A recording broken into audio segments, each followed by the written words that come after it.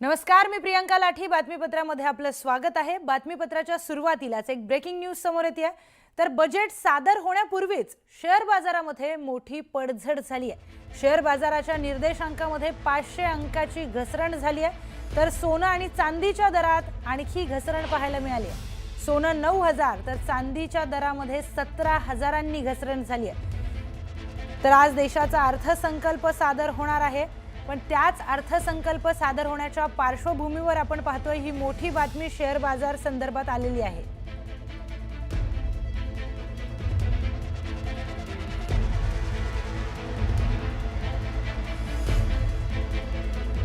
सोन्या चांदीच्या दरातील घसरणीवर आपण आता बोलूयात. स्वरूप लुक्कड, सचिव, जळगाव जिल्हा सराफ असोसिएशनचे ते सचिव आहेत, त्यांच्याशी आपण बोलूयात. तर स्वरूपजी, ही मोठी घसरण सोने आणि चांदीच्या दरांमध्ये आपल्याला पाहायला मिळालेली आहे. मधल्या काळामध्ये ही दर अतिशय वाढत होते आणि आता आपण बघतोय की ते अचानक फार कमी झालेले आहेत.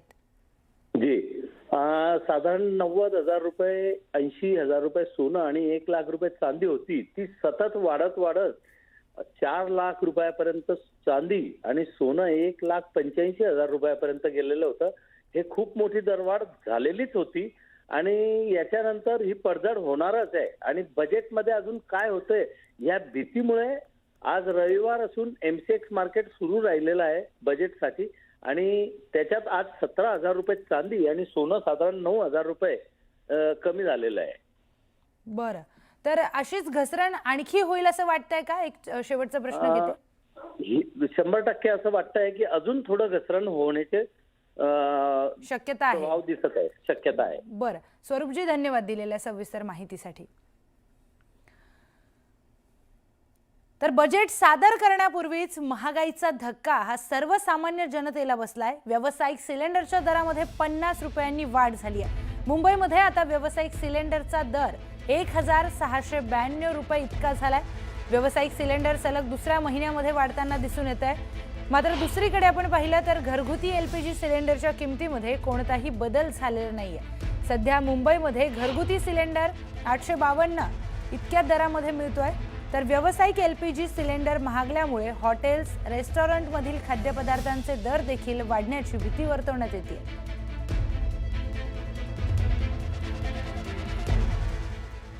तर ब्रेकिंग न्यूज पाहूयात. आज केंद्रीय अर्थमंत्री निर्मला सीतारामन देशाचा अर्थसंकल्प सादर करणार आहेत.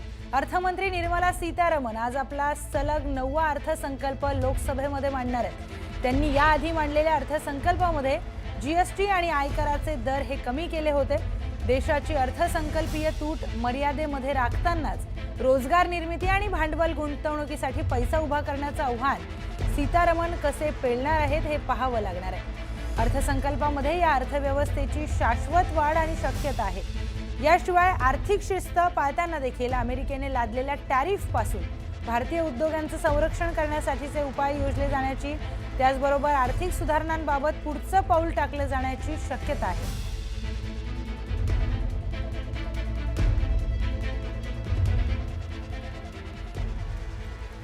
तर आज केंद्रीय अर्थसंकल्प सादर होणार आहे. यंदाचं बजेट अनेक अर्थांनी ऐतिहासिक ठरण्याची शक्यता आहे. कारण गेल्या 75 वर्षांमध्ये सादर झालेल्या सगळ्या बजेट्सपेक्षा यंदाचं बजेटचं फॉर्मॅट आणि मांडणी ही वेगळी असणार असल्याचे संकेत सरकारी सूत्रांनी दिलेत. यंदा अर्थमंत्री निर्मला सीतारामन यांच्या बजेट भाषणामध्ये पार्ट बी वर विशेष भर दिला जाणार आहे. आतापर्यंत आपण पाहिलं की पार्ट ए मध्येच बहुतांश धोरणात्मक मुद्दे आणि माहितीही दिली जात होती. पण पार्ट बी मुख्यतः कर संबंधी घोषणांपुरताच मर्यादित असायचा. आता मात्र ही रचना बदलताना दिसू शकते. तर अर्थमंत्र्यांसमोर कोणती मोठी 5 आव्हानं असणार आहेत यावर एक नजर टाकूयात ग्राफिक्सच्या माध्यमातून. पहिलं मोठं आव्हान असेल अर्थव्यवस्थेचा वेग वाढवणं. दुसरं मोठं आव्हान असेल महायुतीतून महागाईतून दिलासा देणं. तिसरं मोठं आव्हान असेल रोजगाराच्या संधी वाढवणं. त्याचबरोबर टॅरिफच्या मुद्द्यावर जागतिक समन्वय साधणं. आपण पाहतोय की अमेरिकेकडून सतत टॅरिफ वाढ होतीये. त्यानंतर एआय मध्ये अधिक वेगाने प्रगती करत आघाडी घेणं आणि एआय तंत्रज्ञानामध्ये प्रगती करत आघाडी घेणं, असे सगळे आव्हान आता निर्मला सीतारामन यांच्या समोर असणार आहेत. कर रचनेमध्ये काय दिलासा मिळू शकतो यावर एक नजर टाकूयात. संयुक्त कर भरणा करण्याचा पर्याय हा मिळू शकतो. संयुक्त कर भरण्यामुळे कर सवलत मिळणार का हे देखील पाहावं लागणार आहे. कुटुंबाच्या उत्पन्नावर स्वतंत्र टॅक्स हा लावण्यात येणार आहे का. त्याचबरोबर कर सवलत स्लॅब अधिभाराच्या मर्यादेमध्ये बदल होणार आहेत का. तर अधिभारासाठी उत्पन्न मर्यादा 75 लाखांवर देखील जाण्याची शक्यता वर्तवण्यात येते. तर बजेट कसं असेल ते आपण पाहूयात. स्टँडर्ड डिडक्शन 1 लाख हे केलं जाऊ शकतं. त्याचबरोबर 13 लाखांपर्यंतचं उत्पन्न करमुक्त होण्याची देखील शक्यता वर्तवण्यात येते. त्याचबरोबर जुनी आयकर प्रणाली रद्द होऊ शकते आणि 30% आयकर स्लॅब बदलण्याची देखील शक्यता आहे. सगळ्यात महत्त्वाचं किसान सन्मान निधी रक्कम होऊ शकते 9,000 इतकी. तर PM सूर्यघर योजनेसाठी सबसिडी ही वाढू शकते अशी देखील शक्यता वर्तवण्यात येते. त्याचबरोबर आयुष्मान भारतची वयोमर्यादा देखील कमी होऊ शकते.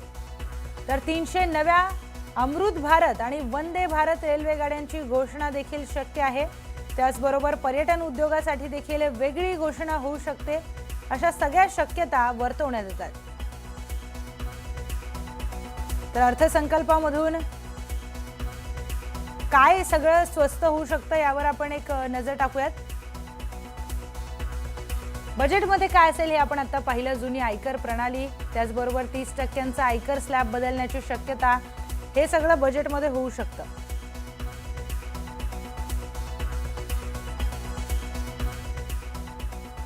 तर यंदाच्या अर्थसंकल्पातून सर्वसामान्यांना काय अपेक्षा असणार आहेत हे जाणून घेण्याचा आम्ही प्रयत्न केलाय. पाहूयात. देखिए, सबसे पहले तो मैं कहूँगा जो गोल्ड के रेट अप एंड डाउन हो रहे हैं ना, इससे आम जनता बहुत परेशान है. तो MCX के नियमों में फेरबदल करना पड़ेगा. कुछ समय के लिए हो सकता है सोना चांदी को वो सस्पेंड भी कर सकते हैं, क्योंकि रेट बहुत ज़्यादा अप डाउन है. 1-1 लाख रुपए एक दिन में डाउन होना कोई बच्चों का खेल नहीं है, मजाक है. लोग बाग बर्बाद हो गए हैं. ये तो ऐसे ही चलेगा जब तक अब लड़ाई चलती रहेगी और लड़ाई रुकती रहेगी. सोने के दाम घटते रहेंगे और बढ़ते रहेंगे. डॉलर के दाम भी तो बहुत बढ़ गए हैं ना, उसके हिसाब से भी दाम बढ़ रहे हैं. फिर चांदी के दाम तो खैर ठीक समझ में आते हैं कि इंडस्ट्रियल यूज बहुत ज़बरदस्त है. थोड़ा प्राइस कंट्रोल, फार्मास्यूटिकल ऑलरेडी एक प्राइस कंट्रोल थिंग है. You can only increase price once in a year. तो यस, बहुत ज़्यादा major I can not hope, but yes कुछ ना कुछ तो हो ही सकता है. हाँ, राहत डेफिनेटली है. GST कम हुआ है तो उसमें है. मार्जिन सिमिलर हैं. जो भी चेंजेस आए हैं GST में वो आपको पास ही करने हैं लोगों को. तो ऐसे मार्जिन में कोई डिफरेंस नहीं आया है. व्हाटएवर जो भी डिफरेंस आया है वो कंज्यूमर को डायरेक्ट पास ही हुआ है. इसलिए दवाइयों पे राहत पहले भी दी है और बहुत सारे जन औषधि वगैरह बहुत सारी चीज़ें ऐसे गवर्नमेंट ने कर रखा है. लेकिन ऑब्वियसली चाहते तो यही है कि भाई लोगों के ऊपर बर्डन कम हो इन सब चीज़ों का, क्योंकि अभी भी इलाज जो है बहुत महंगा है. सारी चीज़ें मिलाकर अगर देखें ओवरऑल तो काफ़ी महंगा इलाज है अभी भी हिंदुस्तान के अंदर. तो सब लोग चाहते हैं कि भाई उसमें राहत मिले, कुछ दवाइयों पे राहत मिले, कुछ और चीज़ों में भी राहत मिले. तो उसके अकॉर्डिंगली मैं तो ये कहूँगा कि राहत मिलनी चाहिए और भी ज़्यादा बेहतर रहेगा. चाहता हूँ कि इस पे सरकार कम करे इसका GST, और जो भी है गरीब को सुविधा मिले.